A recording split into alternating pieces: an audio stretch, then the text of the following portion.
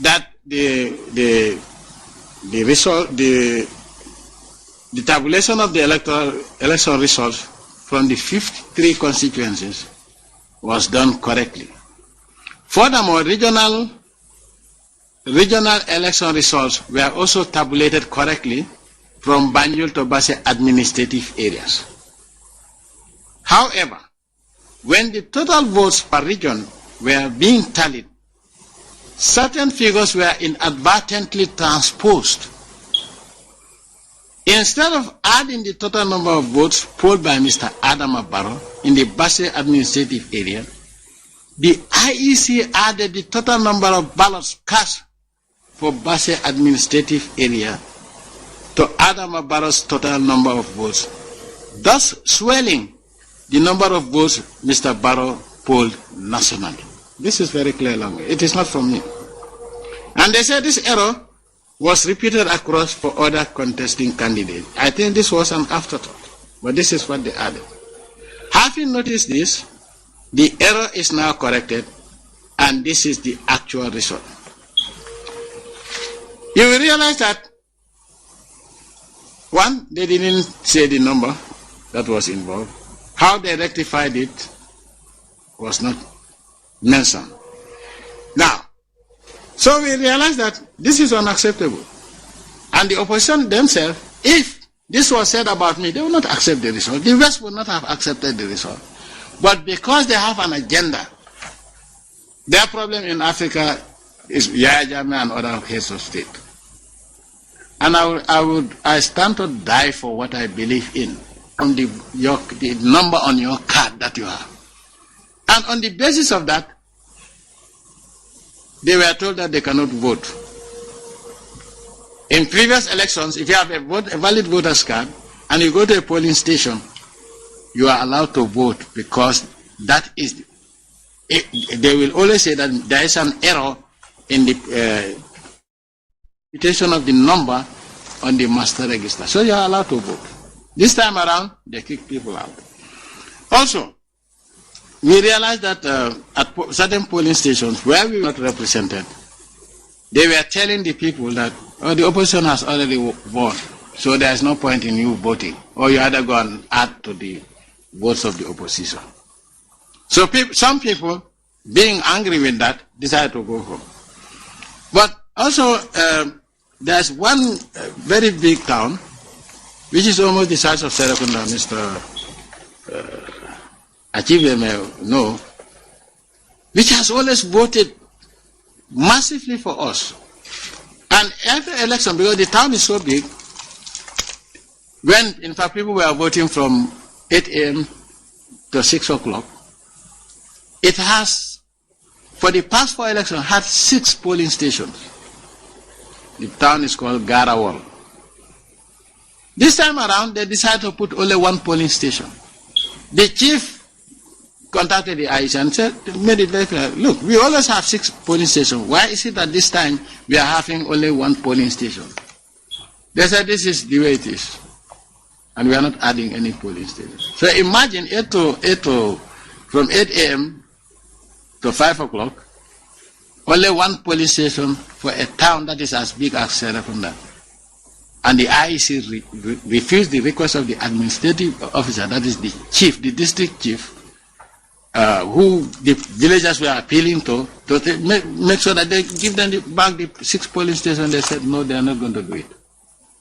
Thereby disenfranchising our supporters from voting. So, and this is a repetition. Okay, in any polling, any election anywhere in the world, if by the time of closing the polls, you have people that have lined up at the polling station, you allow them to vote.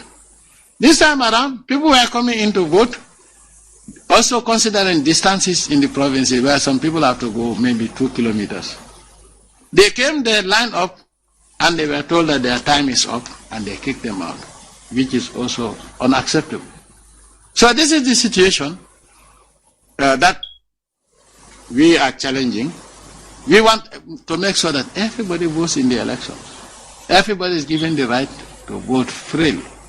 And so we rejected the results, and I reject the results up to today. Now, there are also other factors that that transpired, that of course we will talk later off the camera. And so what we are asking for is not for the IEC to declare me the winner. I cannot do that, because already everything is messed up. And so if I want a conflict, then that's the only time I say I'm the winner, because it is not clear. They have already made it clear that the results are, no matter what we do, it's not going to change the result. But at the same time also, they announced two results. After announcing the first one, they then came back the same day, both of which were also signed by the IEC chairman. And then they came and said, this is what has happened. Now, it is unacceptable. So, what we are asking for is to go back to the electorate under an completely independent electoral commission that would supervise the election as we used to do before without having any problem, and allow every Gambian to vote. But it is abnormal that you set up a time frame. In any country, anywhere in the world, I've been watching elections. If people are already at the polling station, you allow them to vote. But this time around, people were lined up to vote, and they were told that they cannot vote because time was up and they closed prematurely. So the whole system, as I said, was set up, and even before the elections, there were statements being made.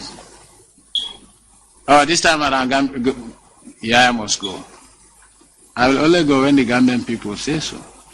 Now, the interesting bit, the ECOWAS team came here, and I explained to them, gave them the documents to that effect, what has happened, and why I decided to reverse my early acceptance to non-acceptance based on the facts. I will not cheat, but I will not be cheated. Justice must be done. And the only way justice can be done is to reorganize elections so that every Gambian votes, and that's the only way we can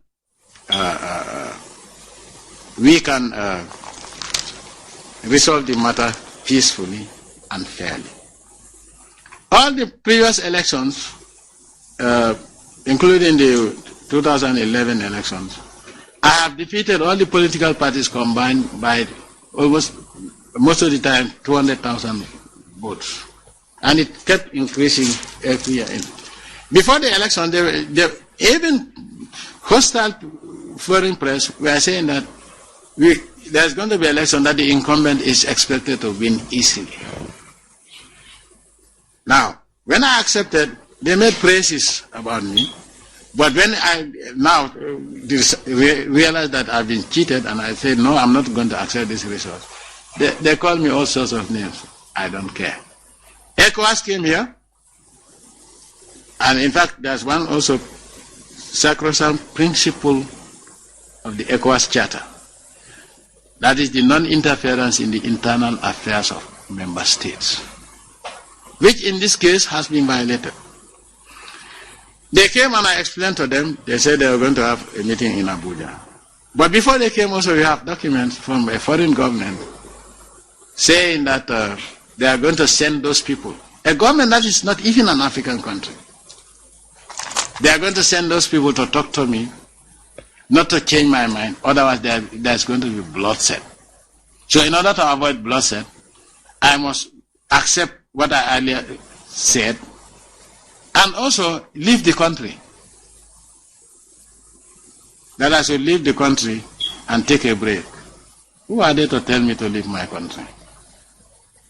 Because if I stay around, I may interfere with the democratization process. This country has been independent since 1965.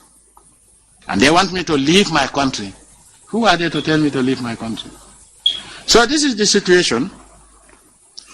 I sent representatives. I was told, I made it very clear what my position is. They said they're going to have a meeting in Abuja.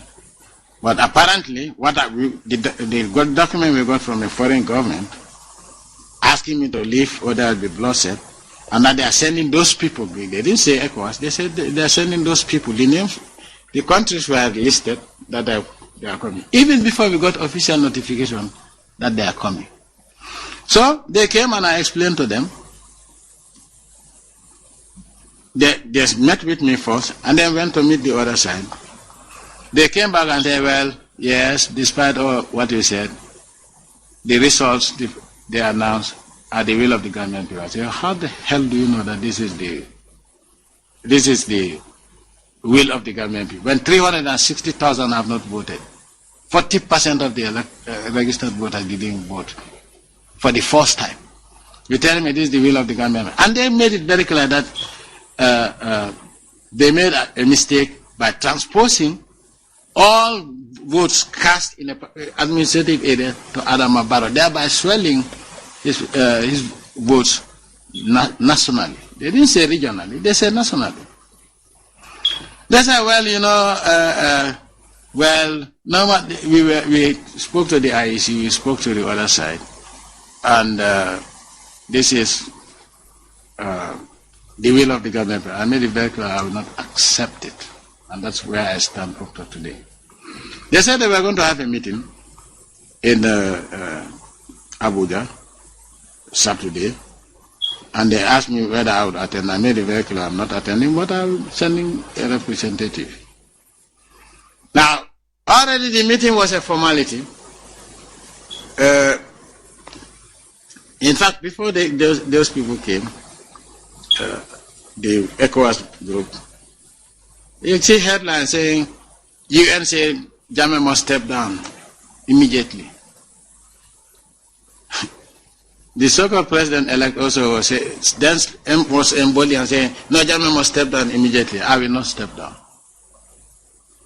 Because this is disrespectful of our constitution, which says a transition period of 60 days. Even if he had won legally, I have 60 days transition to hand over. So, what is the role of the UN to now go around and say, Jammeh must step down immediately? And then they also brought foreign security for him, without informing me. I'm still the president and commander-in-chief of this country. They brought foreign security to secure him because he has no confidence in the Ghanaian armed forces. So, anyway, to cut a long story short, this is what has happened. And we made it clear, I made it very clear to the delegation that came. In fact, I think it was, they called they told me to send a representative, only for the representative to be told that, yes, we ECOWAS, there are also other ECOWAS members that do not agree, that disagree with this decision. That yes, Jammeh must hand over, and on the 19th of January, we ECOWAS, all ECOWAS heads of state will be in Banjul to see the inauguration of the president-elect. ECOWAS. This is violating one rule that says non-interference in the internal matters of countries. And what did they say? Knowing that we have a strong case, they said, irrespective, in fact, we should not go to the court. And irrespective of the court decision, if you proceed, they know that I'm going to proceed. Irrespective of the court decision, they will enforce the December 1 election result. Let them enforce it to them and see. What are they waiting for? So this is the situation. I will not be intimidated by any power in this world. I want to make sure that justice is done. I'm a man of peace, but I cannot also be a coward. My rights cannot be violated and intimidated to a point where I succumb to blackmail. I will never do that. So this is my position. All what we want is a peaceful resolution of the conflict by Gambians based on the constitution of the Gambia. So this is the situation. In as much as I don't want any violence, but now they made a decision that no matter what the outcome of the court is, we will enforce the December 1st result. After they have all these documents that are continuing. So my brother, this is the situation. I want to thank you for coming. I'm a man of peace, but that doesn't also mean that I will not defend myself and defend my country. And defend my country courageously